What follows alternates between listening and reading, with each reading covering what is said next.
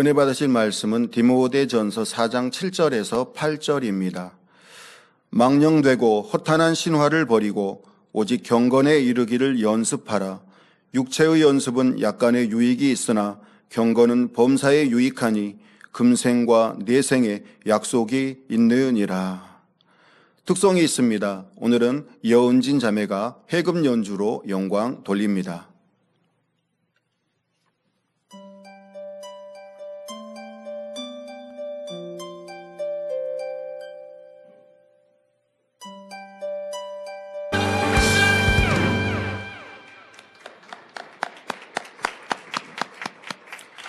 사랑하는 당회장님께서 공부하는 삶 두 번째 제아의 말씀을 증거해 주시겠습니다.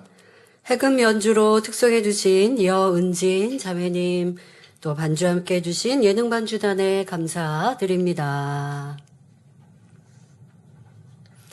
사랑하는 성도 여러분, 우리의 아버지 되신 하나님은 자녀들이 빛이요 거룩하신 하나님 닮기를 원하십니다. 마태복음 5장 48절에 그러므로 하늘에 계신 너희 아버지의 온전하심과 같이 너희도 온전하라 예수님께서 말씀하셨고, 베드로전서 1장 15절 16절에는 오직 너희를 부르신 거룩한 자처럼 너희도 모든 행실에 거룩한 자가 되라 기록하였을 때 내가 거룩하니 너희도 거룩할지어다 하십니다. 감히 피조물인 사람이 하나님을 닮아 거룩하고 온전해질 수 있을까요? 네, 하나님의 말씀이니 할 수 있습니다. 해야 합니다. 그런데 원래 우리 사람은 어둠에 속해 있었습니다. 첫사람 아담의 범죄로 그 후손들은 모두 원죄를 가지고 태어나며 살면서 많은 죄를 짓는데 죄의 주관자는 원수 마귀이지요. 대입의 말씀과 또 짝을 이루네요. 로마서 6장 16절 17절에 너희 자신을 종으로 들여 누구에게 순종하든지 그 순종함을 받는 자의 종이 되는 줄을 너희가 알지 못하느냐. 혹은 죄의 종으로 사망에 이르고 혹은 순종의 종으로 의에 이르느니라. 하나님께 감사하리로다. 너희가 본래 죄의 종이더니 말씀하셨습니다. 이렇게 죄의 종이요 원수마귀의 자식인 우리 인생들을 위해 독생자 예수님이 십자가에서 죽으셨고 보혈의 피를 흘려주셨습니다.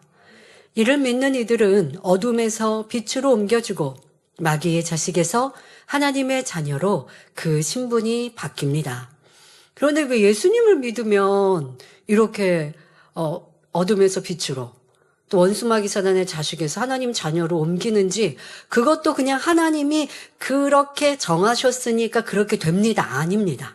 다 영계의 법칙에 맞춰서 원수마귀 사단도 무엇을 하지 못하는 그러한 원수마귀 사단의 잘못으로 인해, 도리어 원수마귀 사단이 영계의 법을 어김으로 인해 이제 이렇게 주를 믿는 이들이 아무런 죄 없는 예수님께서 죄인처럼 또 인생들의 죄를 대신 감당하기 위해 십자가에 죽으셨고, 그렇게 죽였던 원수 마귀 사단이 잘못했기 때문에 이제 아담의 범죄로 하나님이 아담에게 주신 권세가 원수 마귀 사단에게 옮겨졌고, 원수 마귀 사단이 먼저 죄 없는 예수님, 죄가 있어야 죽임을 당하는데 원수 마귀 사단은 예수님을 짐짓 이렇게 죽였고, 그렇게 영계의 법을 어겼기에 다시 법칙을 세우지요. 죄로 인하여 너희에게로 속한 사람, 인생이라 한다 할지라도 이제 주를 믿고 빛 가운데 살면 다시 내 자녀다라고 하는 새로운 법칙을 만드신 것입니다. 하나님은 억지로 하시는 분이 아니라 다 영계의 법칙에 따라 하셨고, 이런 설명을 설교 때마다 할 수 없어서 이런 설명들은 이제 기초적인 성결의 복음이라 하는 십자가의 도에서 여러분들이 배울 수 있습니다. 주를 믿어 구원받은 이들이 이렇게 주님으로 인하여 이제 우리는 신분이 바뀌었어요. 원수마귀 사단의 자식이 아닌 하나님의 자녀로 옮겨졌어요. 자, 그런데 문제는 이렇게 하나님의 자녀로 옮겨온 우리 신앙인들이 자꾸 과거 어둠의 일을 행하며 죄악 가운데 거합니다. 구습으로 쫓아 행합니다. 마음에 있는 죄악을 깨닫지 못하며 습관적으로 죄를 짓지요. 그러니 우리는 구습을 벗고 빛의 옷을 입기 위해 힘써야 합니다. 주를 믿어서 이제 어둠에서 빛의 자녀로 옮겨왔으니 죄를 짓지 않으면 좋겠습니다. 예수님께서 우리 인생들의 죄를 사하시기 위해 모진 고난과 고쳐 죄 없으신 예수님이 내가 감당해야 될 죄의 무게와 짐을 대신 지시고 십자가에서 죽으셨으니 그로 인해 구원받은 우리가 주님을 믿으니 이제 다시 죄 안 지으면 좋겠습니다. 그게 신앙인들의 바람입니다. 그런데 회개했는데 주님을 영접하여 내가 과거에 지었던 죄, 현재 가지고 있는 죄악의 마음들을 회개했고 죄의 무게를 내려놓아서 가벼워졌어요. 그랬는데 그래서 행복하고 즐겁게 신앙생활 하다가 어느 순간에 또 죄를 짓기도 하고 또 그렇게 교회 나오면 행복하고 기쁘고 구원의 기쁨으로 즐겁고 죄의 무게를 다 내려놓은 가벼운 자유감을 느끼는데 그런데 또 세상에 나아가 가정에서 또 이렇게 세상을 살아가다 보면 자꾸 또 죄를 지어요. 그런데 이 이유를 크리스천들, 신앙인들도 잘 모릅니다. 나 회개했는데 주님의 보혈로 내 죄가 사해졌는데 나 죄 짓고 싶지 않은데 왜 죄를 짓지? 여기서 이제 멘붕이 오고 헷갈리는 거죠. 죄 용서 받았으니까 죄가 없어야 되고 죄 용서 받았으니까 죄를 짓지 않아야 되고 그렇게 죄를 짓지 않고 죄가 없어야 구원받는데 어떻게 하나 생각으로 또 내 의지로 죄를 안 짓고자 마음 먹는데 자꾸 죄를 짓고 있으니 신앙생활을 열심히 안 하면 이러한 고민도 안 하는데요. 열심히 하다 보면 이제 힘들고 지쳐집니다. 죄를 짓지 않고 싶은 나의 마음과 반대로 죄를 짓고 있는 내 모습. 자, 이러한 모습의 고백이 로마서 7장의 사도 바울도 그대로 하고 있습니다. 죄를 짓지 않기 원하는 내 마음이 있는데 원하지 않는 도리어 내가 죄를 짓고 있다. 오라는 공고한자는 하고 있습니다. 자, 왜 그런다고요? 주님으로 죄 용서를 받았어도 그건 내가 죄를 지은 죄를 용서받은 거예요. 용서를 받았다는 것과 내 마음의 죄성이 사라졌다는 것은 다른 의미입니다. 죄를 행하고 지은 것은 죄에 대한 대가인 사망으로 가는 것은 용서받아서 구원받을 수 있어요. 구원을 받았다 할지라도 주님을 영접했다 할지라도 원래 가지고 있었던 죄의 성질, 그 죄성은 여전히 마음에 있는 거예요. 그렇기 때문에 주님을 영접하고 신앙생활 하면서 그 죄성, 악의 모양을, 악을 버리는 것이 신앙생활의 목적이어야 돼요. 주님을 영접하면 구원받거든요. 그런데 구원은 받지만 내 안에 있는 죄성을 버리기 위해서는 기도해야 되고 그 죄와 악에 대해서 찾아내야 되고 내 안에 미움의 속성이 있어서 미워하는 거구나. 내가 왜 마음이 이렇게 불편하지? 들여다보니까 칭찬받고 인정받지 못해서 서운해하는 서운함이라고 하는 악한 감정이 있어서 순간순간 내가 서운했구나. 서운해한 건 죄를 지은 거잖아요. 근데 서운함의 속성인 이 죄성과 악의 모양을 찾아내서 서운해지지 않게 하려고 요거를 이제 마음 안에 있는 그 뿌리를 이걸 제해버리는 거. 이게 여러분들의 신앙생활의 목적이어야 합니다. 당연히 그러면 구원은 물론이고 더 좋은 천국에 들어가는 거고요. 나무를 비유하자면 나무에 뿌리가 있고 기둥이 있습니다. 자라난 가지 안에서 열매가 맺히잖아요. 그 열매가 죄라고 한다면 그 나무와 뿌리, 이게 이제 악의 모양이고 죄의 성질, 근본의 죄성이라고 하는 거고 또 본성 속의 악의 모양이라고 하는 거예요. 그러니까 이걸 찾아서 버리지 않으면 교회 나와서 한 주간 행했던 죄를 용서해 주세요 기도하고 월요일 날 가면 또 짜증하고 혈기하고 미워하고 다투고 죄를 또 짓더라는 거죠. 이 죄의 열매가 안 맺혔으면 좋겠으면 그 죄의 나무 뿌리를 뽑아내어야 되는 거예요. 자, 그렇게 하기 위해서 오늘 말씀을 듣습니다. 자, 그렇게 되어졌다. 그 죄의 나무 또 그 뿌리 근본까지 제해버렸다. 이게 바로 성결입니다. 주님 닮고 아버지 하나님의 형상을 찾은 것이지요. 그리고 이 찾아가는 과정, 성결의 과정 중에 해야 하는 작업이 바로 궁구입니다. 하나님의 뜻, 말씀을 기준하여 자기를 돌아보고 죄악을 발견하는 것이 궁구라 말씀드렸습니다.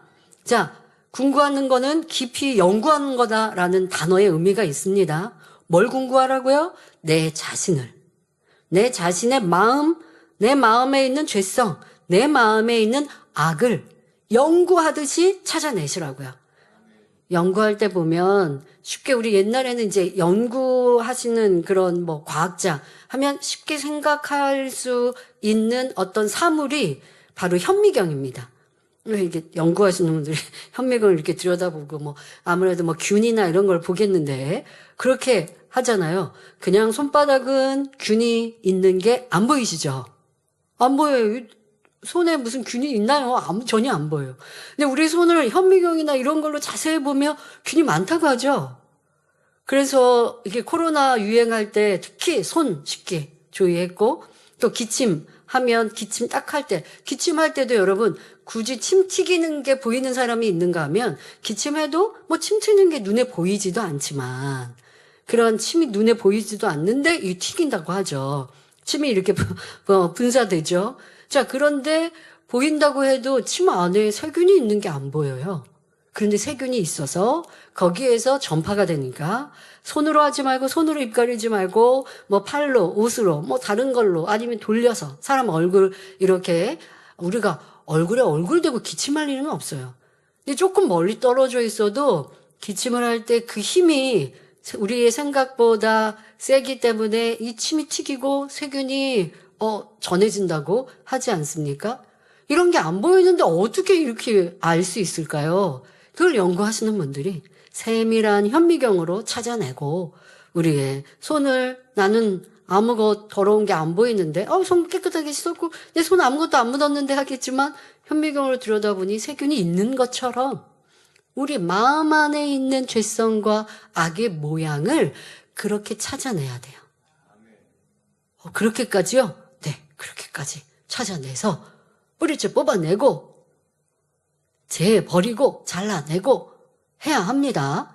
자, 그렇게 하는 작업을 궁구라고 하는 단어의 비유를 들어 말씀드린 건데요. 궁구하는 데 있어서 근데 기준이라는 게 필요하잖아요. 우리가 죄고 악인데 이게 진짜 죄야 악이야? 나는 나쁘다고 생각 안 하는데 그 정도는 괜찮은 거 아니야? 라고 생각한다면 죄가 아닌 게 아니거든요. 하나님은 죄라고 하시는데 사람은 죄가 아니라고 하면 죄가 아니게 되는 게 아닙니다. 세대가 바뀌고 시간이 바뀌어서 요즘에는 그 정도는 그냥 사람들이 그렇게 살아요.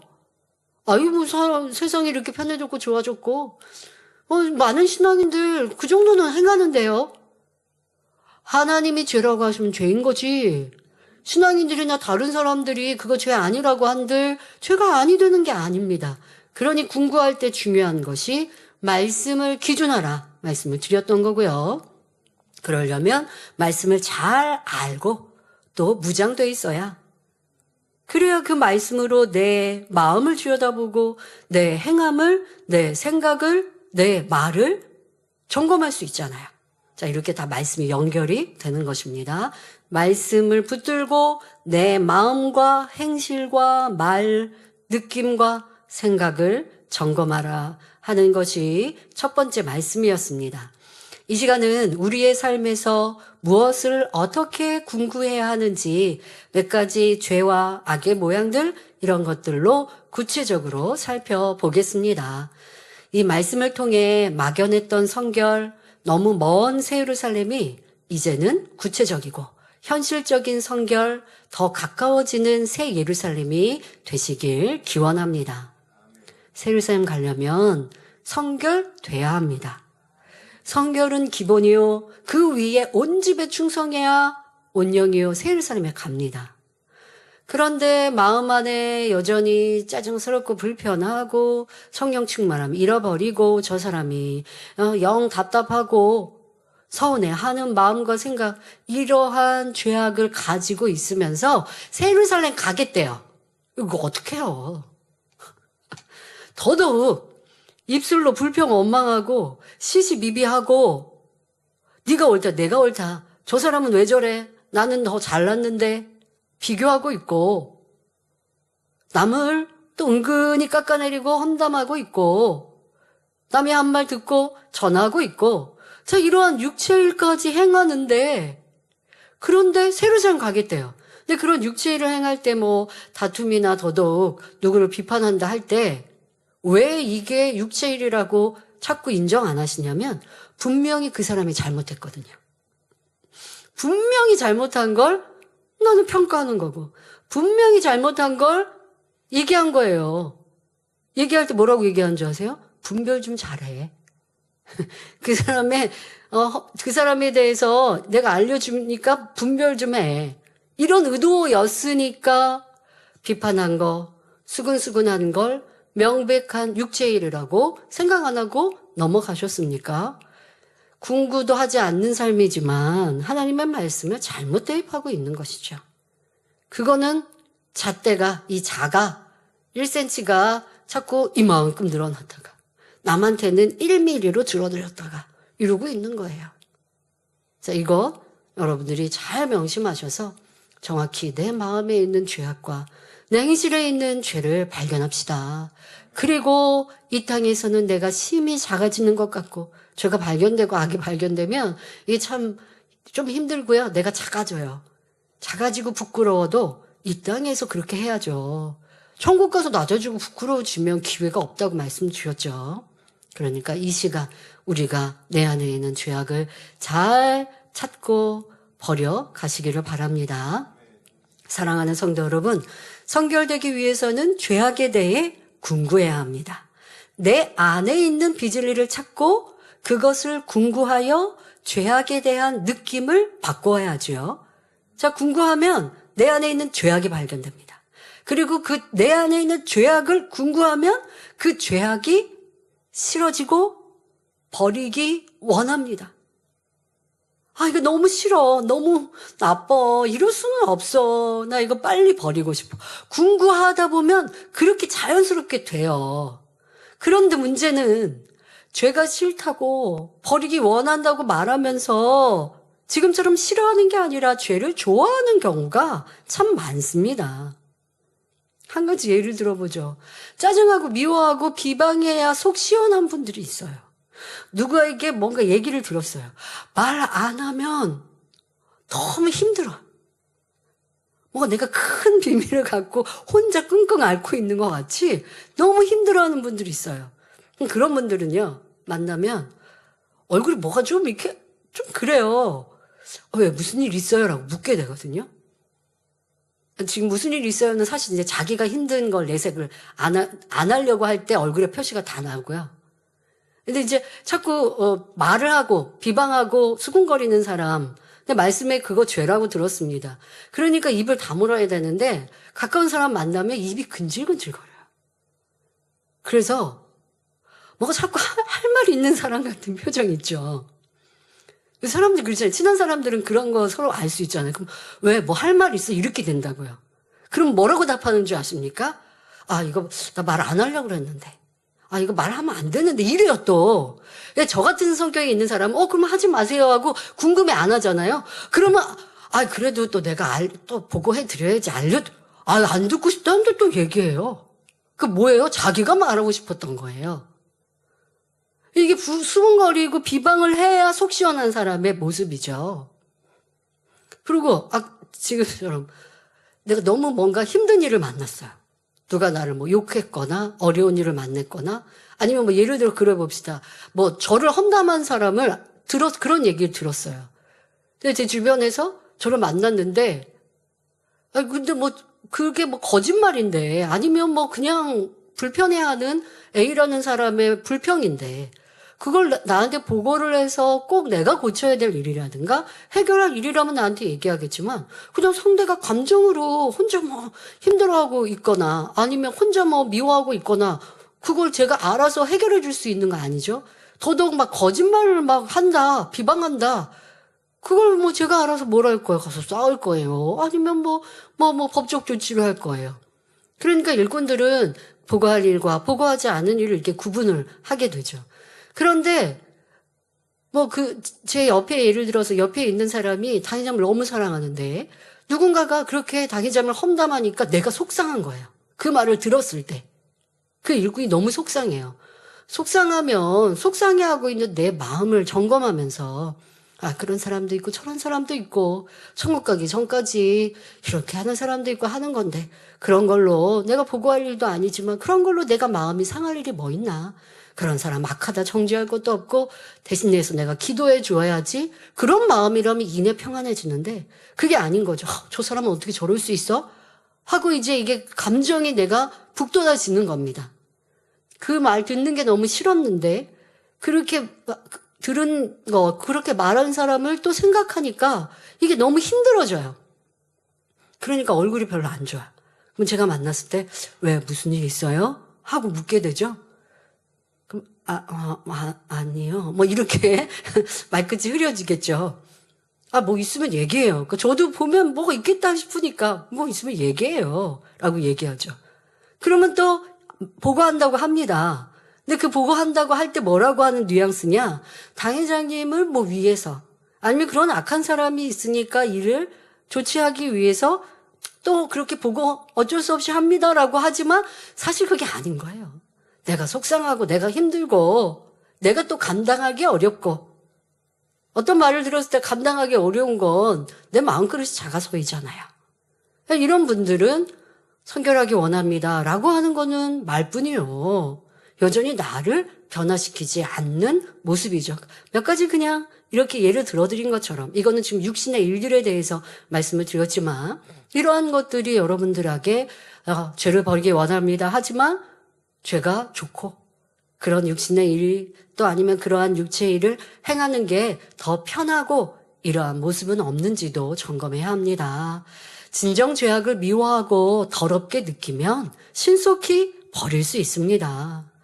그러니 궁구하며 간절히 기도하여 죄악에 대한 느낌을 바꾸어야 합니다. 그냥 죄를 내 안에 이런 죄가 있어. 이런 악이 있어 라고 찾아낸 것으로는 지금처럼 죄가 미워지지 않는다고요. 그 죄악을 가지고 내 안에 있는 죄악을 발견하고도 궁구하고 궁구하는 법을 뒤에 설명합니다만 궁구를 하다 보면 그 느낌이 미워지고 싫어지게 되기 때문에 궁구를 꼭 하시라는 겁니다. 그저 머리로 죄는 지으면 안 되고 하나님께서 싫어하신다라고 아는 것이 아니라 마음으로 죄에 대해 싫어질 때 버리기 쉽습니다. 자, 먼저 행함으로 짓는 죄인 육체의 일 중 몇 가지를 살펴보겠습니다. 짜증과 혈기에 대해 궁구해 볼까요? 짜증을 내는 사람은 다 그만한 이유가 있다고 말합니다. 하지만 이유, 자기 합리화로는 결코 짜증, 혈기를 버릴 수 없습니다. 자, 여러분 설명합니다마는 우리 남성노님들 짜증, 혈기 많으시면 아직도 여전히 내가 큰 소리를 내고 분노하고 있고 분냄이 있다면 이 말씀을 좀 듣고 이것부터 버리셔야 여러분들의 변화가 시작됩니다. 자, 짜증하고 혈기 내는 분한테 왜 이렇게 짜증 내세요? 그러면 먼저 하는 말이 뭔지 아십니까? 내가 언제 짜증 냈는데요? 지금 큰 소리를 내고 짜증내하고 화를 내놓고도 인지를 못해요. 왜? 습관이 돼 있거든요. 예를 들면 큰 목소리가 크신 분은 내 목소리가 남들에 비해 크다라는 걸 인지를 못해요. 그러니까 그거를 누군가에게 권면을 받았으면 인정을 하고 내 목소리가 남들보다 크구나 라고 하는 걸 인정을 하고 그리고 내가 말을 하면서도 계속 생각해 볼 수 있어야 돼요. 그렇게 해서 자기가 완전히 100% 인정하고 그리고도 계속 말을 하면서도 생각해야 목소리 톤을 계속 낮추고 볼륨을 줄이고 이렇게 노력하면서 변화되는 거거든요. 이 죄가요, 우리에게 습관이 되어 있고, 죄가 우리 육체화 되어 있기 때문에 그냥 그렇게 나와서, 난 그렇게 살아서 내가 인정하는 것도 잘 안 하고요.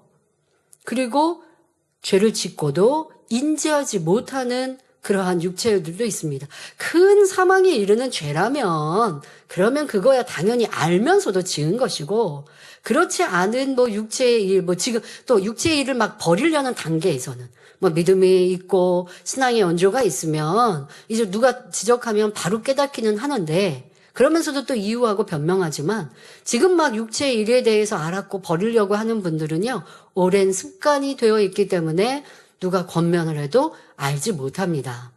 자, 그러면서 변명하고 이유 됩니다. 처음에는 인지하지 못했다가 지금 바로 큰 소리 냈잖아요 라고 하면 그때서 조금 궁금해보면 그런 것 같아요. 그럴 때 하는 말이 내가 짜증낼 일이 있었다. 화가 낼 일이 있었다. 지금 화가 났다. 라고 변명하고 이유를 댑니다. 자, 이는 자기중심적으로 변명하는 것이지 하나님 편에서는 결코 짜증을 옳다 하시지 않습니다. 예수님께서 성전을 정화시키기 위하여 노끈으로 채찍을 만드셔서 그렇게 매매하는 이들의 상을 엎으시고 큰 소리를 내신 것, 이게 육으로 보면 혈기 내신다라고 하지만 그건 혈기가 아니죠. 정의로운 의로움으로 지금 성전을 정화시키시는 건 이러한 정도의 상황들을 제외하고는 그렇게 나는 짜증낼 이유가 있었고 나는 그래도 돼. 하나님께서 나 그래도 인정하실 거야. 괜찮다고 하실 거야. 라고 생각하면 변화는 저 멀리 거리가 멉니다. 그러니 이유 변명 없어야 합니다. 자, 그러면 어떻게 생각해야 될까요? 자, 짜증 혈기 있으신 분들 생각해 봅시다. 자, 짜증 낸다고 상황이 달라지겠는가 생각해 보시기 바랍니다. 자, 부모가 자녀에게 짜증을 내면 이유가 있겠죠.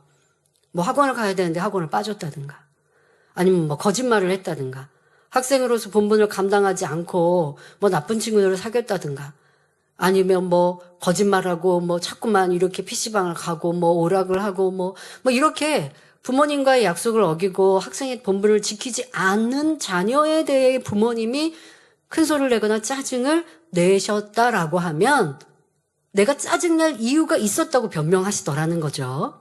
그런데 생각해 보시라고요. 짜증스럽게 자녀에게 훈계한다고 자녀가 듣나요? 좀 어릴 때는 들어요. 그냥 엄마 아빠의 큰 소리 때문에. 그런데 요즘엔 보면 뭐 TV 프로그램들 안에서도 아이들의 문제 아들에 대하여서 고치게 하는 상담 그런 프로그램들이 있는데, 그런 것들 보면 부모가 분명 요인이 있죠. 부모가 아이한테 어렸을 때부터 큰 소리를 내고 또 부부 안의 문제를 짜증을 내고 혈기를 내면 그러면 아이도 짜증스러워지고요. 초등학교 들어가지 않은 아이들도 부모의 큰 소리에 놀래는 게 아니라 같이 혈기 내고 같이 막 부모를 때리는 이러한 초등학생들, 이런 아이들도 나오는 걸 이렇게 얼핏 보게 되었는데요. 그러니까 이게 어리다고 이제 되는 때가 아닌 것 같아요. 아이들도 점점 정신영역이나 뭐 몸도 그렇고 다 좋아지다 보니까. 근데 보통은 아이들이 어리면 부모님이 짜증하고 혈기 내면 그냥 깜짝 놀래고 또 부모님 큰 소리에 잠깐은 잘못한 것을 제어하는 브레이크가 될 수 있었는데, 그게 한 번, 두 번이 아니고 계속 반복되면요, 나중에는 큰 소리를 내도 아이들이 브레이크 제어가 되지 않습니다. 그런 말 하잖아요. 아이가 매를 자꾸 맞아요. 그러면 맷집 생긴다고 그러죠.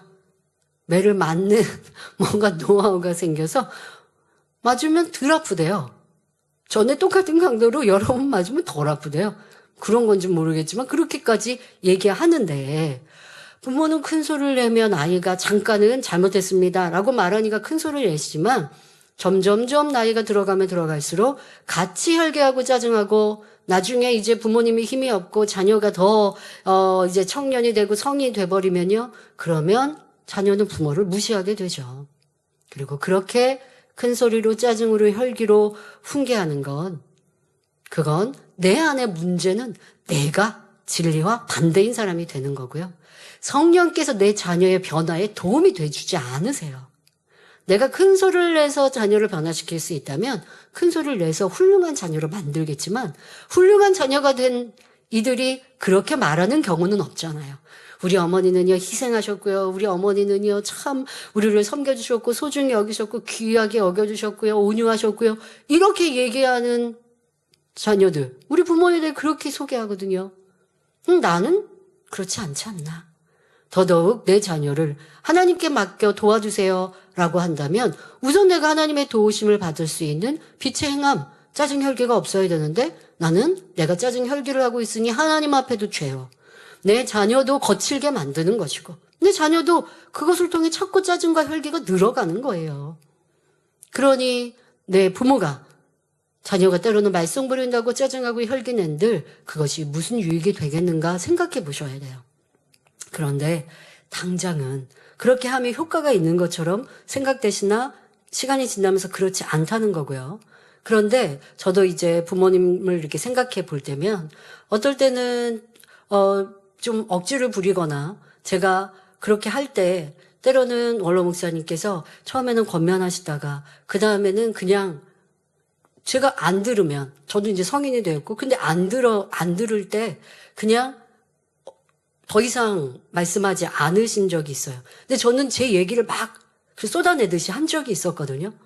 근데 시간이 지나서 보니까 그게 다 사랑과 은혜로 마음에 기억이 되고 결국은 조금 시간이 지나면서 아유, 내가 너무 했구나. 아무리 내 편에서 이런 요구사항이 있다고 한들 이렇게 하는 건 부모에게도 도리가 아니었고 그리고 그런데 그런 나의 무리한 모습에 부모님은 참 사랑으로 품어주셨지. 너가 딸이 어떻게 그래 이렇게 제가 그렇다고 해서 부모님께 대든 적이 몇 번 없어요 삶에. 근데 그런 적을 제가 떠올려 볼 때 제가 대드니까 같이 너가 어떻게 그러니 하지 않으시고 화를 내고 혈기를 내신 것이 아니라 그냥 한 걸음 물러서셨구나. 제가 막 저를 주장을 할 때 그냥 한 걸음 물러서서 해주셨구나. 그리고서는 이제 그래 너가 그렇게 생각한다면 어쩔 수 없지 하고 대화가 끝났어요. 그리고 하루가 지나고 일주일이 지나고 한 달이 지나면 그때 대화를 제가 왜 생각 안 해보겠습니까? 생각해 볼 때 내가 잘못한 것이고 또 무엇보다 아버지의 행함이 그게 남는 거예요. 어떠한 옳고 그름의 서로의 대화 이거는 두 번째고 나에게 야단을 치시고 화를 내시지 않고 나를 어떻게든 이해시키려고 하셨던 선이었구나. 이게 남는 거죠. 그러다 보면 하셨던 그 말씀, 그것을 다시 묵상하게 되고 그러면서 깨달아서 이제는 원하시는 모습으로 바꿀 수 있는 거예요. 이게 좋은 훈계 아니겠습니까? 그래 나는 어떠한 모습인가? 부모가 자녀에게 짜증하고 혈기낼 때 생각해 보십시오. 자, 자녀들 엄마 부모님께 짜증 혈기를 냅니까? 그거는 성경에서 말씀하신 대로 불효예요. 효도하는 자녀에게 하나님은 복은 주신다 하셨어요. 그런데 부모님이 나에게 무언가를 잘못해서 내가 짜증내는 게 아니라 내가 짜증이 습관이 된 거예요. 부모님이 나한테 잘못하셨어요. 내가 이 옷 나 내일 입을 거니까 아니면 나 이거 주말에 이거 입을 거니까 엄마 이거 잘 좀 다려주세요 했는데 엄마가 잊어버렸어. 그거가 짜증될 건 아니잖아요. 내가 그렇게 잘못하고 실수한 거 그럼 부모님이 맨날 야단치시면 어떻게 되는데요? 서로 살다 보면 뭔가 내가 원하는 거 예를 들어 밥 식사하는데 내가 좋아하는 반찬 하나도 없어. 그러니까 엄마한테 짜증내요. 그 짜증낼 일인가요? 자기 유익을 구하는 거죠. 엄마가 어떻게 하든 최선을 다해서 나에게 맛있는 거 건강한 거 해주기 원하시는데 오늘은 좀 바쁘셨는지. 그래서 내가 원하는 반찬이 없어도 짜증낸다고 해서 되는 게 아니라 엄마 나 뭐 먹고 싶어요. 엄마 다음에 이거 좀 해주세요. 이렇게 사랑스럽게 하고 하는 거지. 짜증내는 자체가 서로의 사랑의 관계를 깨트리게 되는 거고 부모에게 무례하였기 때문에 그럼 반대로 생각해 보라고요. 엄마 아빠가 자녀된 여러분에게 짜증하고 뭔가 큰 소리 내고 내가 방 청소 안 해놨으면 너 청소 안 했니? 너 그렇게 그냥 거지 우리처럼 살아. 이렇게 되면 뭐가 되겠어요? 근데 안 되잖아요. 서로 그렇게 무시하는 말 하면 안 되잖아요. 그것처럼 자녀들은 부모님께 효를 다해야 하고 고운 말, 선한 말을 해야지. 짜증스러우니까 짜증하는 말, 문 쾅 닫고 방 들어가는 거, 이러한 것들도 고쳐야 하는 것이고, 내가 그렇게 행한 것처럼 상대가 나한테 그렇게 행한다? 내 친구가 나한테 그렇게 대한다? 내가 지금 부모님께 그렇게 했는데 부모님이 나한테 그렇게 대하신다? 라고 하면 얼마나 서로 아픔이 되고 사랑이 없는 가정이고, 무엇보다 나도 하나님 앞에 사랑받을 수 없는 짜증과 혈기의 육체의 사람이 될 수밖에 없다는 것도 알아야 하겠습니다. 제일 짜증과 혈기가 다툼이 있는 모습, 혈기가 나는 모습은 배우자의 관계입니다. 얼마나 사랑으로 상대에게 고운 말로 얘기하는지. 자, 배우자의 관계에서는요, 짜증, 혈기 이게 나오는 건 내가 원하는 걸 상대가 안 해주기 때문이에요. 상대가 이렇게 해줬으면 좋겠어요, 나는. 근데 그렇게 안 해주니까 자꾸 목소리가 커지고 말이 거칠어지고 그게 한 번, 두 번 반복되면 무시하는 말이 그냥 설명하면 될 게 목소리가 크면서 짜증스러운 말이 되죠. 이는 짜증과 혈기는 상대를 내가 무시하고 있는 거예요. 상대를 소중히 귀히 여기면 함부로 그렇게 말하지 않습니다. 그러니 배우자 안에서 내가 상대를 어느 순간에 사랑하여 결혼했는데 서로 존경하며 행복하게 살고자 했는데 어느 순간에 내가 배우자에게 함부로 대하고 있구나, 무시하고 있구나. 그 안에 성장한 자녀는 뭘 보고 배우겠으며 또 이러한 가정 안에 하나님은 어찌 응답과 축복을 주시겠는가. 그리고 내가 내 배우자 하나 섬기고 사랑하지 않는다면 성경 뭐라고 말씀하세요? 내 몸이라 하셨잖아요. 배우자 서로 관계가 아내는 남편에게 사랑받고자만 하지 말고 먼저 섬겨주고 존중해주고 또 남편은 아내가 내 몸이라 하신 하나님의 말씀을 기억해서 소중하게 귀히 여겨주고 말 한마디도 더 따뜻하게 해주고. 자, 결혼하여 사신 우리 장년 성도님들께 꼭 부탁드립니다. 내가 상대를 바꾸려고 하지 마세요. 앞에 계신 우리 결혼한 지 얼마나 되셨나? 몇십 년 되셨는데 웃으시는데 맞는 말이죠? 20년? 30년 정도 됐어요. 바꿔지지 않죠? 네, 안 바뀌어요. 제가 그렇게 생각해 보세요. 여러분이 바뀌든가요? 쉽게? 하나님의 능력, 성령의 능력 아니면 나도 내가 못 바꾸잖아요. 근데 나도 아닌데 내 배우자를요? 내 속으로 나온 내 자녀도 못 바꾸는데 배우자를요? 그러니까 거기에서부터 금이 가는 거고 불행의 시작이에요. 사랑하니까 상대에게 좋은 모습을 기대해서요. 기대하면 자 10번 봤으면 9번을 기도하고 1번을 그것도 기분 좋을 때 조심스럽게 권면하는 거. 이렇게 바꾸셔야 돼요. 그래서 배우자 사이에서 짜증과 혈기가 있는 것들은 다 내 악이기 때문입니다. 지금 여러 가지 상황들 속에서 말씀을 좀 더 구체적으로 지금 드리고 있어요. 여러분들이 말씀을 삶에 대입시키셔야 되는데 말씀과 삶이 따로따로 있으실까봐 더 삶에서 말씀을 드립니다. 지금 상황은 어디든 다 들어가겠죠? 저 같은 경우는 이제 부모님, 배우자, 자녀가 없지만 서로 형제나 하나님의 일을 하면서 이런 말씀을 또 대입하면 되고 모든 사람의 관계에서 대입을 할 것이고 자, 이렇게 여러분들의 삶에 내가 혈기하고 짜증하고 불편해하고 그렇게 말로 행함으로 내는 것은 사람과의 사이에서 어떤 도움도 되지 않는다.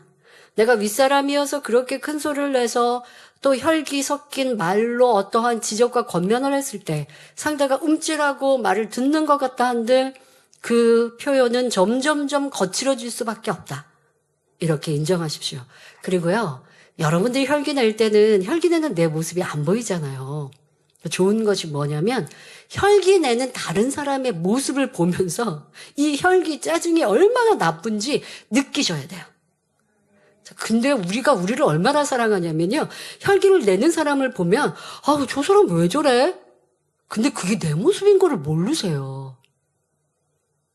자, 혈기가 나는 많다 하신 분들은요. 혈기 내는 사람들의 표정과 모습 이런 걸 보시고 내 모습도 저렇겠구나.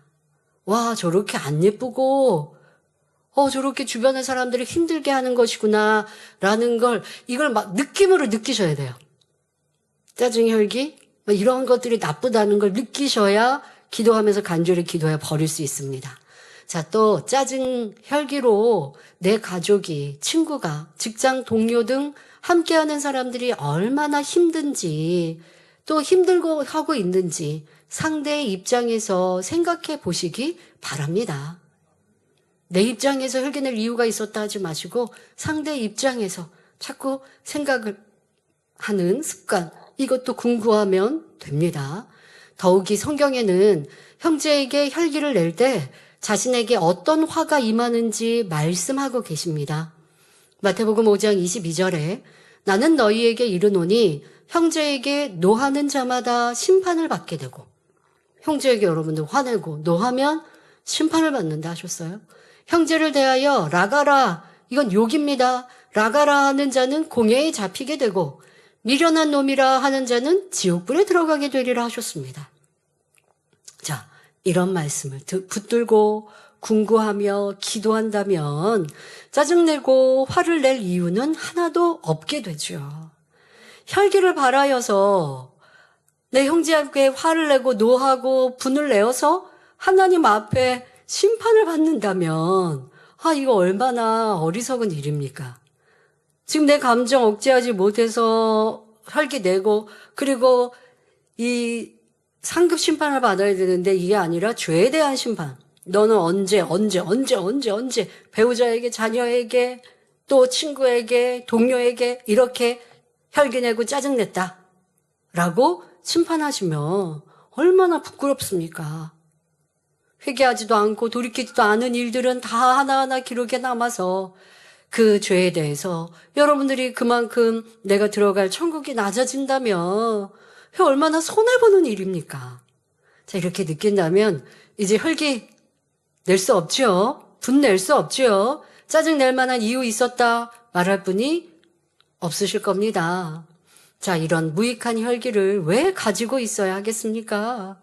자, 이렇게 궁구하며 짜증, 혈기에 대해 싫게 느껴지면서 기도하면 더 간절히 기도하게 되고 그럴 때 성령님께서 도와주셔서 신속히 버릴 수 있습니다. 자, 지금 제가 말씀드린 이러한 것들을 붙들고 기도하시라고요. 붙들고 기도한다는 건 그냥 말 그대로 아버지 하나님 제게 혈기가 있는데요. 혈기 내는 사람을 보니까 참 얼굴이 찌그러지고 인상도 써지고 침도 막 튀기고 남들을 힘들게 하고 괴롭게 하고 주변에 있는 사람들은 저 사람 때문에 우리 분위기가 이렇게 흐려졌고 라고 생각하는데 당사자는 모르는데 그게 제 모습이었습니다. 아버지 이런 모습 정말 부끄럽습니다. 싫습니다. 저도 버릴 수 있게 해주시고 이렇게 그냥 여러분들이 느꼈던 이 혈기에 대해서 우리가 이 혈기가 이렇게 나쁩니다 라고 말하였던 것을 기도할 때 개인 기도 드리는 그 시간에 내게 지금 가장 시급한 게 혈기라면 그렇게 기도하는 거예요. 아버지 이렇게 나쁘고 못된 혈기 저 버려야겠습니다. 꼭 버리고 싶습니다. 그러니 혈기가 나오는 이런 상황에서 저를 다스릴 수 있게 해주세요. 상대가 이해되지 않고 상대가 저에게 불이익을 끼칠 때. 그런데 이제 혈기를 안 내려면 혈기라는 그냥 감정만이 있는 게 아니라 내가 마음에서 뭔가 불편하거나 또 손해를 보았다라는 그러한 느낌들 때문에 또 혈기가 나거든요. 그러면 근본적으로 육체일의 혈기뿐 아니라 마음 안에 손해보면 혈기 내는 거. 이렇게 내가 혈기가 자주 나온다면 아버지 손해도 볼 수 있는 사람. 양보하는 사람, 희생하는 사람 될 수 있게 해주세요. 이렇게 같이 궁구하면서 같이 이제 점점점 깊이 들어가는 거죠. 내 마음을. 그렇게 해서 기도하면 기도 내용도 풍성해지고 기도도 재밌어지고 더 점점점 간절해지고 기도하면서 깊이 내 마음을 들여다보고 연구하면서 그 작업 자체가 마음에 뿌리 내린 그 나무의 뿌리까지 흙을 이렇게 파헤치는 거예요. 뿔을 감싸고 있는 흙을 덜어내야 되잖아요. 이런 기도가, 이게 궁구가 바로 그 뿌리를 감싸고 있는 흙을 지금 파헤치는 작업이 되는 것입니다. 깊이 궁구하시고 궁구한 내용을 가지고 간절히 기도하시기 바랍니다. 다툼에 대해서 궁구해 볼까요? 서로의 의견과 생각이 달라서 말다툼이 일어났습니다. 자신을 궁구하지 않는 사람은 상대의 탓으로 생각하며 회개해도 내가 다퉜구나 라는 거는 인정합니다. 그래서 회개합니다. 그런데 궁구하지 않으면요, 그냥 대충 아버지라면 오늘 제가 좀 형제와 다퉜습니다. 부부 싸움이 있었습니다. 이제 안 그러게 해주세요 하고 대충 기도합니다. 또 어떤 분들은요, 도리어 상대가 변화되기를 기도하는 분도 있더라는 것입니다. 자기를 궁구해야 되는데 자기 궁구 안 하면 이렇게 엉뚱한 기도, 전혀 변화의 기도가 아닌 이러한 시간들을 보냅니다. 그러나 자신을 깊이 돌아보며 마음속까지 속속들이 파헤치는 궁구하는 사람은 다릅니다. 진리를 기준하니 우선 다툼이 있었던 것 자체를 잘못이라 생각하고 자신을 살핍니다. 그러니까 절대적인 진리에서 어긋나면 이유도 없어요. 그냥 그 현실에서는 내가 감정이 제어가 안 돼서 다투기는 했지만 이 뒤를 돌아서면서 아유 아차 또 다퉜네, 오늘 회개해야 되네 라고는 생각할 수 있는 사람은 그래도 조금 낫죠. 이 다툰 거 자체도 인정하지 않으면 그걸 또 찾아내는 거, 누군가가 지적을 해야 찾아내는 사람은 좀 너무 성결과는 거리가 멀고, 그래도 내가 다퉜구나, 어떤 이유든 간에 다툰 것이 잘못이라 생각하는 사람은 우선 회개하겠죠. 그리고 잘못했으니 내게서 더 깊은 잘못을 찾아냅니다. 어떻게, 다툼에 대해서 어떻게 궁구하느냐? 상대에 대해서 내 마음이 어떠했는지 돌아보는 것입니다. 상대에 대해서 내 느낌과 생각이 있었단 말이에요. 그러니까 의견이 달라서 다툼이 일어난 거예요. 그냥 무조건 아버지 다툼 없게 해주세요라 한다고 다툼이 없어지는 게 아니라 의견이 다를 때에 내가 상대를 생각하는 거, 그걸 더 깊이 찾아보면 내 안에 교만함이 있고 내 안에 상대를 정죄함이 있고 더 나아가 짜증스러움이 있고 내가 더 낫다라고 하는 높아진 교만함이 있고 그러니 다툼이 일어났구나라는 걸 알면서 다툼 하나에서 여러 가지 죄악이 발견되죠. 자, 내가 상대에 대해서 다툼이 일어나기 전에 서로 의견이 달랐을 때 내 마음이 상대에 대해 이런 생각을 했습니다. 저 사람은 또 자기만 옳다고 하네 하면서 상대를 정죄하고 불편한 마음이 있어서, 그러한 마음이 있다 보니까 다툼이 금방 일어날 수 있는 이러한 사람도 있습니다. 너무나 쉽게 상대의 의견은 틀렸다고 단정짓고 무시하든 말하고 행동하지는 않았는지 돌아보아야 합니다.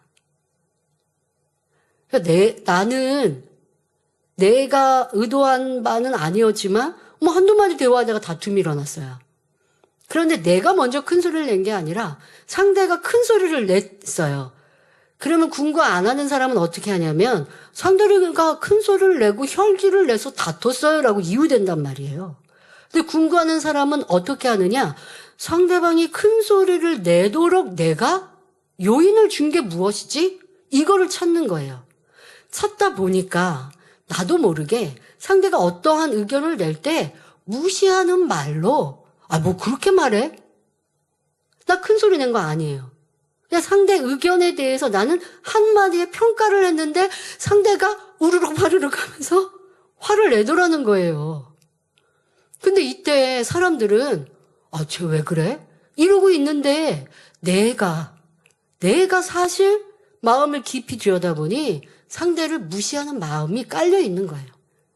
저 사람은 의견은 들을 것도 아니고 이런 마음이 깔려 있으니까 오늘 그날도 그 시간도 어떤 말을 하니까 내가 그런 말을 하냐? 이렇게 무시하는 말을 한 거를 듣고 이것도 상대방이 무시받았다는 느낌도 한 번, 두 번이 아니다 보니까 화가 나서 다툼에 큰 소리를 낸 거죠. 상대방은 이거를 찾아내야 돼요. 나는 큰 소리, 이때요, 그래도 교양에 갖춰진 사람은요, 큰 소리 절대 안 내요. 그러니까 상대는 더 화가 나. 상대는 내가 무슨 의견 냈는데 A가, 제가 A라는 사람인데 A가 내 말을 바로 무시하는 거예요. 그러니까 그 상대방이 A는 쟤는 왜 맨날 내 말을 무시하지? 기분이 나빠서 지금까지 눌러 참았던 게 폭발해서 막 화를 내요. 근데 내 입장에서는 쟤 왜 화내? 이런 사람들이 있습니다. 화를 내는 사람도 잘못이지만 화를 내게 한 나는 어떠한가도 살필 줄 알아야 되거든요. 근데 이 사람이 궁구하지 않으면 관계는 회복되지 않지만 지금은 우리가 관계 회복을 위해 설교하는 게 아닙니다. 여러분이 하나님 앞에서 나는 화를 내지 않고 조곤조곤하게 천천히 온유한 목소리로 설명했어요. 그러나 하나님은 내 마음 중심을 보시는 거예요. 상대방한테 그러는 거예요. 아니 왜 화내? 이렇게 제가 얘기합니다. 그러면 상대방이 그래요. 아니 네가 맨날 내가 의견 얘기하면 무시하잖아. 그러면 또 이렇게 대답하죠. 아니 나 너 무시한 거 아니야. 근데 상대방이 무시했다고 느꼈는데 아니라고 해도 그것도 대화가 안 되지만 그럴 때면 내 마음을 점검해 보면 아 내가 예전에도 이러한 일들이 반복됐구나. 그럼 왜 그런 일들이 반복됐지? 아 그래 나는 쟤는 엉뚱한 말을 하는 사람이야. 이게 내 마음에 있구나. 그러다 보니까 말 한마디를 할 때도 무시하는 말을 했구나. 그러니 상대방은 무시당했다고 느끼는구나. 이렇게 되면 누가 잘못이 돼요? 내 잘못이 돼요. 화낸 상대가 아니라 불 붙인 내 잘못이 되는 거예요. 그러니까 내가 제 장작을 다 쌓아놓고 그리고 상대방이 성냥 라이터 한번 켜도록 내가 불씨가 돼버린 거예요. 그러고 있는 나를 찾아내고 회개하고 돌이켜야 부부간에도 그렇고 어떠한 모임간에도 화평이 이루어지는 것이고 무엇보다 여러분들이 성결로 진리로 변화될 수 있습니다. 내 마음에 저 사람은 저렇게 엉뚱한 얘기만 해 라고 하는 무시하는 생각과 마음이 깔려있는 건 궁구하지 않으면 찾을 수가 없어요. 안 찾아줘요. 왜? 내 말로 낸 것도 아니고 내가 먼저 큰 소리를 낸 것도 아니거든요. 여러분들이 노력해야 되고 성령과 함께 궁구하면 성령님은요 떠올려 주세요. 그전에도 내가 그 사람이 의견 낼 때 이렇게 한 번에 단번에 야 뭐 그러냐 뭐 이런 거. 어떤 사람은요 뭐 식사 뭐 메뉴 정할 때 뭐 먹을래요? 라고 물어보잖아요. 뭐 친구들이니까 가까운 사람이거나 가족관계 뭐 먹을래? 뭐 이렇게 물어볼 수 있어요. 그러면 상대방이 뭐 먹겠다고 얘기해요. 그러면 이쪽에서요 뭐 그런 걸 먹냐? 이렇게 말하는 사람 있어요. 내가 안 좋아하는 메뉴일 수 있거나 내가 싫어하는 메뉴를 상대방이 먹자고 할 수 있겠죠. 그러면 왜 물어봤어요? 이런 게 무시하는 거예요. 나는 먹기 싫어요. 나는 안 좋아해요. 그러면 미안한데 나 그거는 못 먹는데. 되게 미안하게 얘기해야겠죠. 근데 또 뭐 내가 입이 짧아가지고 못 먹는 게 많아서 상대방이 뭐 얘기할 때마다 나 그거 못 먹는데 그러면 이제 나도 좀 먹을 줄 알고 이렇게 그러면요 정말 내가 미안한 사람이 돼야 돼요. 근데 상대방이 내가 싫어하는 메뉴를 얘기했다고 야 뭐 그게 맛있냐? 뭐 이렇게 이게 되게 무시하는 말이거든요. 그럼 질문을 하지 말아야죠. 그만큼 무시했다는 건 뭐예요? 교만한 거예요. 이렇게 자기 성격과 마음을 살피는 노력을 하셔야 합니다. 자, 그리고 뭐 짜증, 혈기 아니면 지금 같은 다툼, 대화 속에서 보면 분명 무시하는 말 아니면 또 다툼, 뭐 짜증, 혈기 할 때에는요 표정이 어땠을까요? 아주 안 좋았어요. 근데 내가 말을 할 때 거울 보고 말하고 있는 게 아니니까 내 표정이 어땠는지 몰라요. 이것도 의식을 해야 알 수 있는 거고요. 그래서 전에 원장님이 그런 말씀 하신 적이 있죠. 내가 이렇게 조금 짜증스럽게 말을 하다가 집에서 말을 하다가 상대에게 말을 하다가 이렇게 돌아섰는데 그 앞에 거울이 있었는데 짜증을 내면서 돌아서는 내 표정을 거울로 볼 때 너무나 안 예쁘고 무서워 보이셨다고. 그래서 내가 이렇게 대화할 때 이런 표정이었구나라는 걸 인지하시고 회개하고 돌이키는 능력이 되셨다 하신 말씀이 기억납니다마는 여러분들이 상대방하고 대화할 때 상대방이 어떠한 내 표정을 보고 있는지 내가 몰라서 나의 표정 안에 상대를 기분 상하게 하는 표정도 있을 수 있고 자 이러한 것들을 의식을 하자는 것입니다. 또 말투는 어떠했는가 생각하고 점검해 보셔야 돼요. 어떤 분의 말투는요 가르치고 지적하는 그런 말투가 있어요. 그러면 상대방이 기분이 상하는 거예요.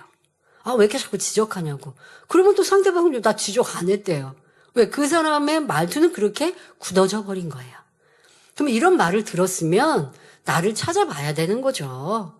아, 내 말투가 내 의도치 않게 지적하는 말로 들리는구나. 아, 내 말이 짜증스럽게 들리는구나. 이렇게 궁금해 봐야죠. 그래서 고치려고 해야 되는 거고, 그렇게 고칠 때 요즘에는 휴대폰에 녹음 기능 잘 돼 있어요. 그러면 이제 녹음 기능 같은 경우 이렇게 틀어놓으면서 내가, 왜 상대방이 나한테 이렇게, 짜증스럽다고 얘기하지? 왜 상대방이 지적하는 어토라고 얘기하지? 뭐 이런 것들 더 구체적으로도 노력하면 되는데, 노력하지 않으면 아버지 성결되게 해주세요. 새로운 사람 가게 해주세요. 주님도 함께 해주세요. 기도한다 한들 변화되지 못하는 것입니다. 표정도, 내 말투도, 내 걸음걸이도 하나하나, 또 마음 안에 품은 상대에 대한 느낌도, 이런 것들도 궁구하고 잘못된 것을 찾아냅시다. 다툼이 일어날 때 어떤 경우는요, 상대에게 지적을 했는데, 좀 잘하라고 지적을 했는데 상대방이 인정하지 않으니까 짜증스러움이 올라왔던 이러한 자신도 발견을 해야 돼요. 근데 그로 인하여서 화를 내지 않을 수도 있어요. 그냥 말 그대로 다툼이 드러나지는 않았지만 마음 안에 이러한 짜증스러움. 그럴 때 사람들은 뭐라고 변명한다고요? 저 사람이 잘못한 거 나는 좋은 마음으로 건면했는데 인정하지 않아서. 그래서 내 짜증스러움과 기분 상하고 하는 걸 덮어버리더라고요. 자, 이렇게 하면 변화 안 된다는 거 알아야 합니다. 또 내가 상대방에 대해서 정죄하고 있지는 않은지, 조급하고 상대를 무시했던 교만함은 없었는지, 상대를 싫어하는 마음이 있지는 않았는지 찾으셔야 돼요. 그러니까 이 다툼이 있을 때 이러한 마음들이 복합적으로 있을 수 있어요. 여러분들이 정말 저분을 내가 너무 사랑해. 아니면 정말 귀한 분이야. 라고 하면 다툴 일이 없지 않을까요? 아니, 저분은요, 좋은 말씀만 하셔서 안 다퉈요. 그렇지 않아요. 그러니까 가까이 대하는데 내가 지적을 받을 수도 있고, 권면을 받을 수도 있어요. 자, 그런데 그래도 어려운 분이고 하면 여러분들이 다툴 일은 없잖아요. 그냥 쉽게 나를 인정하겠죠. 내려놓겠죠. 그런데 상대는 만만해 보이니까 내가 싸움이 있고 다툼이 있고 네가 옳다 내가 옳다 하는 것이고, 아니 내 마음에 상대를 그냥 무시하고 있기 때문에 다툼이 비일비재 자주 일어날 수 있다라는 거. 자, 이렇게 인정하고 상대 때문이 아니라 내 마음의 교만함도, 내 마음의 자꾸 조급함도, 상대에 대해서 정죄하고 있는 모습들도, 싫어하고 미워하고 있는 마음들도 빨리빨리 발견하시길 바랍니다. 미움이 있으니 다툼이 일어나죠. 미움이 없으면 어찌 다투고 혈기 낼 수 있겠습니까? 혹여 좀 뭔가 감정이 상해서 좀 서운했다가도 이내 서로의 잘못을 알고 내려놓으면 그러한 싸움 다툼도 삶에서 별로 있지 않을 것이고, 이렇게 또 나는 상대를 그런 경우도 있습니다. 상대를 되게 소중히 귀히 여기는데 어떤 경우 나도 모르게 조금 짜증을 냈다. 그러면 이런 분들은 어떻게 할까요? 아, 내가 왜 짜증 냈지? 이러면서 살피겠죠. 어떤 걸 권면을 해주셨는데 내가 안 받으려고 하니까 짜증이 났구나. 뭐 이렇게 해서 자기를 찾아가셔야겠습니다. 어떤 우리의 일들 안에서는요, 그때 그 사건 안에서의 감정이 잠깐일 수 있습니다. 부부가 만나는 일은 자주지만 교회 안에서 서로 믿음의 형제, 하나님의 일을 하다 보는 일꾼들일 때 하루에 한 번, 아니면 어떤 경우는 아무리 레이족끼리, 주의점들끼리 일을 한다고 해도 매일매일 부딪힐 일이 있겠습니까? 우리가 진리의 사람들인데. 그러니 어떤 경우는 일주일에 한 번, 아니면 한 달에 한 번 조금의 불편한 일들이 있을 수 있어요. 그런데 그것을 육체일로 드러나지 않거나 아니면 약간의 큰 소리나 의견 대립이 있었어요. 근데 그거는 잠깐이었고요. 또 어떤 경우는 의견 대립까지 육체일로 나오지 않았지만 그냥 내 마음에 느껴진 불편함과 답답함과 싫은 마음, 이러한 감정이 잠깐일 수 있어요. 말과 행동도 그냥 순간 지나갈 수 있어요. 하지만 그냥 그렇게 지나보내시면 세월이 흘러가듯 내 안에 있는 말과 행실과 느낌과 생각 속에 있는 악의 모양들을 그냥 지나쳐 버리시면 변화 안 됩니다. 어떻게 되냐면 영상을 다시 재생해서 보듯이, 음악을 다시 재생해서 듣듯이 내가 했던 말과 내가 했던 행동과 내 느낌과 생각을 다시 찾아보셔야 됩니다. 여러분들이, 그거는 여러분들의 수고입니다. 그게 궁구예요. 내가 지금 말하고 뒤돌아서도요, 그 말을 했을 때의 내 마음의 감정과 느낌이 분명 있었거든요. 근데 말은 떠올리지만 느낌과 감정은 생성하지 않는 분도 있어요. 또 많은 분들이 했던 말도 기억 못 하거든요. 그런데 그걸 해야 돼요, 자꾸. 내가 지금 했던 말에 어떠한 느낌이 있었지? 만약에 누가 막 자기를 자랑하듯이 얘기해요. 자랑하듯이 막 그분은 자꾸만 자기를 이렇게 들래요. 근데 더더욱 내가 못하는 것을 상대가 자랑하니까 내 마음이 조금 움찔했어요. 그러면서 속으로 아유, 저 사람 난 자기 자랑만 하냐? 이렇게 생각했어요. 그리고 그 사람하고 헤어졌어요. 다시 그 사람이 내 앞에서 자랑하지 않는 이상 그 사람의 가졌던 내 느낌, 저 사람은 이렇게 자기 자랑만 해? 했던 느낌, 그리고 그 사람이 잘했던 걸 말했을 때 내 안에 움찔했던, 내가 잘 못한 것이 지적받는 듯하게 좀 움찔했던 이거요, 잊어버려요. 보통 사람들은. 그 사람하고 계속 만나면 이게 저 사람은 왜 나를 저렇게 무시하고 이 기분 나쁜 걸로 남아있지만 때로는 그렇지 않는 일들이 있어요. 그러니까 그때의 그 일에 내가 느꼈던 느낌, 어떤 경우는 기분 나쁜 일도 있을 수 있겠고 기분 상한 일, 이런 것들도 여러분들이 궁구하시면서 떠올려서 회개할 건 회개하고 또 그 감정을 깊이 궁구해 보면 더 많은 악이 드러날 수 있습니다. 교회 안에 하나님의 일을 하는데 형제 자매들이 같이 조직되어 있잖아요. 남성교, 여성교가 아닌 이상은. 자, 남성도 여성도 있는데 일을 하다가 어떤 이성이 열심히 일을 하거나 나한테 와서 친절히 대하는데 나도 모르게 좀 좋은 감정이 느껴졌어요.